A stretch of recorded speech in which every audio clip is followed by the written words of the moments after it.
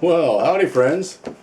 Today is known as St. Patrick's Day here in the United States, and I thought what better day to celebrate by opening up the Eternian Palace Guard because he's wearing green. St. Patrick's Day, for those of you who don't live in the United States, is a day that we celebrate over drinking alcohol and wearing the color green. So that's pretty much what it's about. Sometimes drinking green beer, you know, that's really all it comes down to in this country anymore. Oh yeah, and along with that, I decided to wear my green shirt. As you can see, my Trap Jaw shirt I would have worn, but I already wore it today, and the pits were sweaty, so I decided not to give you guys that view here. And I went ahead and brought out the original Man-at-Arms for comparison, and also for his green because it's St. Patrick's Day here. And we've got Merman original because he's greener than the Lords of Power Merman. We've got our monster version of Manny Faces here because he's got a green face. And just He-Man came out because he just thought he needed to welcome the Eternian Palace Guards in full regalia. We've got him wearing everything. He's got all his armor, and I've even got him wearing the double power sword. I'm a huge fan of the original two-half power sword because that's what it was when I was a kid. You know, that entered Grayskull, and there's just something so cool about, to me, the two-sided sword. Obviously, for most people, it doesn't look good to pose them with, but it's just a cool thing for the toy, right? Anyway, so let's go ahead and look at this. Look at the box artwork on this. I think is fantastic with everything in this line. I was looking at it quite a bit here since I've received it, and just noticed, yeah, you've got Man-at-Arms up here without the mustache, leading his Eternian guards here in this battle against these ghoulish skeletons coming out of the ground. It looks like we got on the side. We can see they're rising up out of the ground here. Let's take a look at the other side as well. They're just amazing looking. They kind of remind me of the skeleton warriors from one of the anime. What was that? Jason and the Argonauts movie, something like that. I want to say animation, claymation, whatever. It's not claymation. It's stop motion. Anyway, yeah, these guys are amazing. I just keep remarking at the artwork when I look at it. It's a stunning thing to me that you're able to make something look glow in the dark, you know, and it's not. It's just green and white, and it's just color. But to my eye, it looks like it's really kind of glowing, and it's just the way the use of color, and it's just amazing to me what art is in general. Now we'll take a look at the back, which I think is also incredible. So we've got this scene of perhaps Skeletor coming into the palace. Don't know, maybe he casted a spell. He used this amulet he's got here. Maybe he used that to cast a spell and crystallize Duncan here, over here in the corner. And obviously we've got the king and queen at the palace, and they're looking kind of worried because Man-at-Arms has just been turned to crystal. And we've got Teela coming running out to fight in the battle, and we've got this other guy who I don't know, this gentleman here, and maybe you guys will let me know who that guy is. I don't recognize this character here.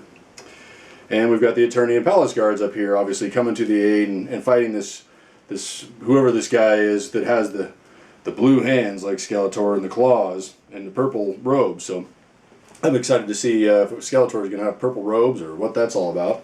Who's that character? And while we're looking at the back, we've also got the cross cell here. So we had, I guess this was intended to come out with, I believe this was Wave 6. That had the Eternian Goddess, Webstor, Stinkor, and Beastman from the Lords of Power. And it also was intended to come out at the same time as the Wind Raider. So a lot of these, this was out probably 6 months ago, at least for me, I think is when I got a lot of those. So, or maybe not 6 months ago, but sometime 4 or 5 months ago. So these were meant to be out a while ago, but they just didn't make it probably because of all the shipping and whatever. We've got the thing on the back here that says, you know, what you can do with them.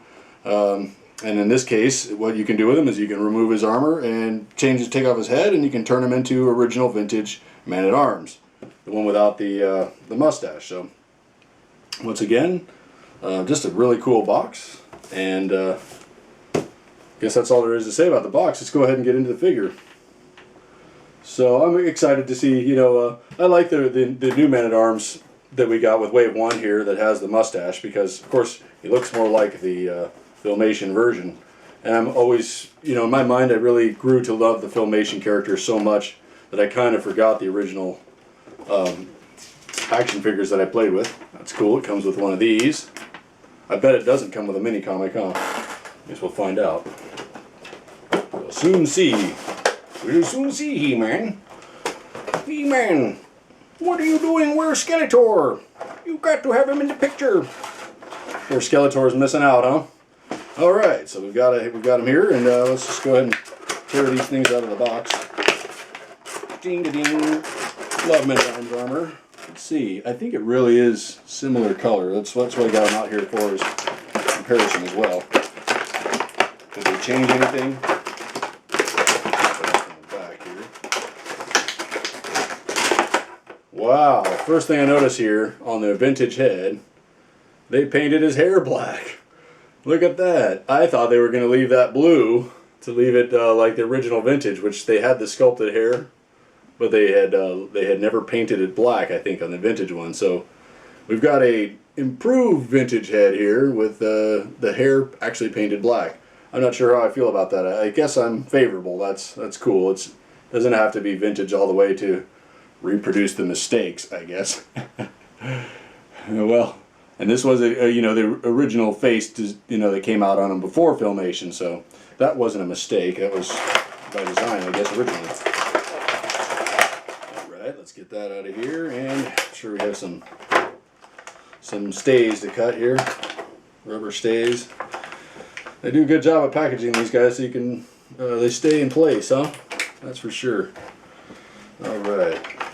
Oh, I still have some other ones to cut too from the back, from the arms too.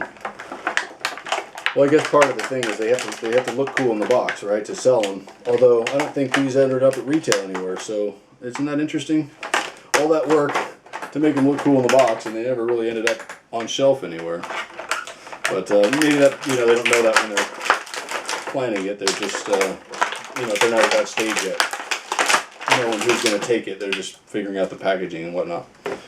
Okay, sorry for all that noise, folks. Now we have our Eternian Palace Guard. You guys already know all the points of articulation. I don't think I have to go through that. Hands, wrists, elbows, shoulders, hips, knees, ankle joints. He pivots at the, what do you call that? The calf, I guess. And he turns at the waist and at the head and moves around. So, very cool. So, also, how funny is that he came out just at the time of COVID, and he's COVID masked. Hey, man, I'm ready for COVID. All right, hey. Is that why he's got the mask on, or is it that's just his normal uniform? That's their normal uniform, right, He-Man? He-Man says that's their normal uniform. So, all right. Not very organized here. You know how I am. Just kind of go with my random thoughts here. So I'm going to go ahead and turn around Man-at-Arms. They look to me identical as far as the colors green. Unfortunately, I have, this is the Man-at-Arms I've customized a little bit, so you can see I've got some orange on him. I've repainted his belt blue, I think. Put orange on his blue bracers there. I think I did repaint that blue so it would be a consistent color. Yeah, and then I put that orange on there. So, as you can see, slightly different. And I've also painted the straps on his boots. You may be able to see that. So there's a little difference in my custom version, but not much. Overall, looking at the wrist bracer color, actually, I matched the color pretty darn well, whatever color I got, because they look almost identical, even with the color that I changed it to, I believe. Pretty sure I did, but maybe I didn't. Anyway, overall, looking at them, yeah, very cool. Just cool to have another guy that the backup Man-at-Arms here and have his guard trooper. So let's go ahead and equip him with his shield and his axe. How's the shield go? Oh, okay, that's cool. The shield's a simpler shield than He-Man's. It's just going to slip over his hand here, like so, I guess. I don't know how well that's going to stay on. In action, it's probably not going to stay on well, but that's okay. It's good enough for playing with, I think. And we'll have him here with his halberd, or what would they call this for in Eternia? Sort of a long bladed weapon on a staff. It's not a pike, right? A pike is something like that too, but I think of it as a halberd. I don't know why.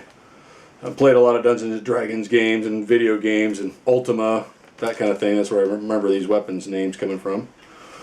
Okay, so there we go. Got our Eternian Palace Guard all equipped up and looking cool with his armor on both sides. I think let's take a look at the armor. Looks like it is identical again to Man-at-Arms armor. On the right, you can see the left side of him, his left shoulder pad. I think the color is darn near identical. They matched them as close as they could, you know, with the plastic, so they didn't intend to make any difference anyway. Looks like the Shin Guard is identical. Nothing changed whatsoever, which I think is good. It's a uniform, you know. You don't want changes in uniform. These are armor equipment. They're supposed to be military, you know. Everyone's got the same thing. It makes sense. Really don't need to have anything different here. I always liked that Man-at-Arms always had it on one side. It just seemed more gladiatorial that he had it on just one side. He seemed like un gran gladiator, as he will be called from the Los Amos collection. And these guys look more like, yeah, regular foot troopers that have, you know, armor everywhere. So I like that style too. Again, I think I've mentioned in another video, I love bird design stuff. So this is a really cool looking chest piece to me. I like the paint on it too. That's a nice paint app. It's like a slightly bronze color, slightly brownish color. That's really cool. So very awesome. Stoked with this guy. So I guess let's go ahead and transform him into Man-at-Arms. Awesome. Alright, we've got our old school Man-at-Arms.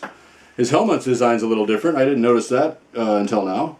So we definitely got a very different face sculpt. He's got quite more of a bunched up looking face, I think. But he's pretty cool looking. That's the original Man-at-Arms. His eyes look kind of funny in that, just little black dots.